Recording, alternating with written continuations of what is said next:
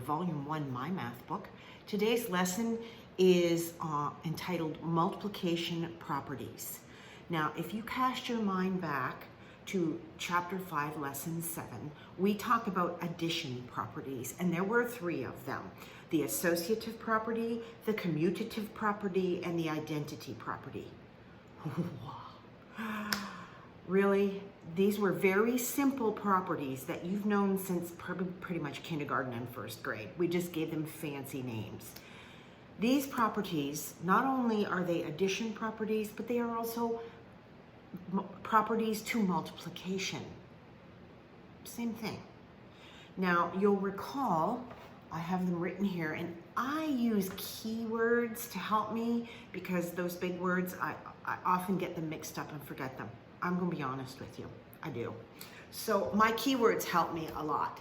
So the associative properties is grouping, means you can group your numbers any way, and it will still work out. And this is true for both addition and multiplication. The commutative property states that whatever order they're in, 7 times 3 is the same as 3 times 7. Same thing with addition. Okay. Now the identity property is a little bit different with multiplication.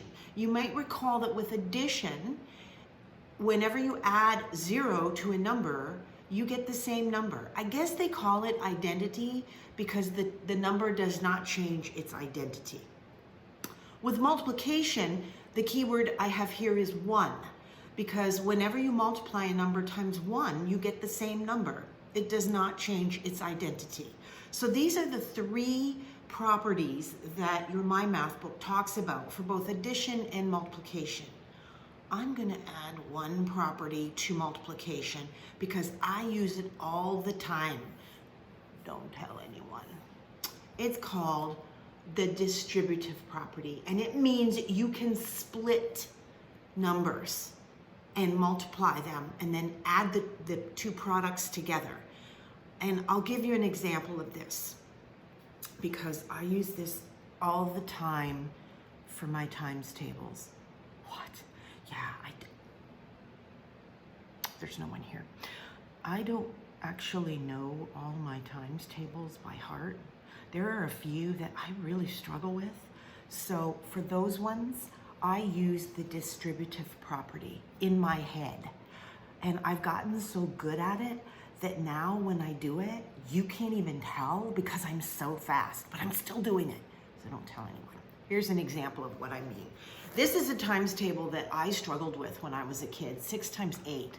I just can't remember 6 times 8. So what I did was I took 5 times 8, which is my favorite, a 5 times table, which is 40, and 1 times 8, which is like 8, and I add them together and I get 40 plus 8, which is 48.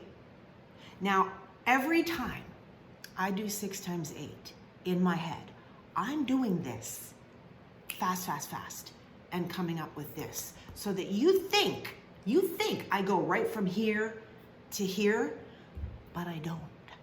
I follow the steps and split my troublesome factor, which is 6. I split it into 5 and 1.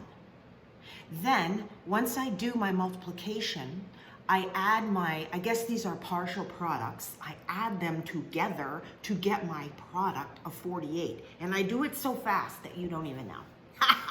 Don't tell anyone. Because I'm the math teacher and I'm supposed to know everything. And sometimes I don't. So basically, that is true for multiplication as well as addition.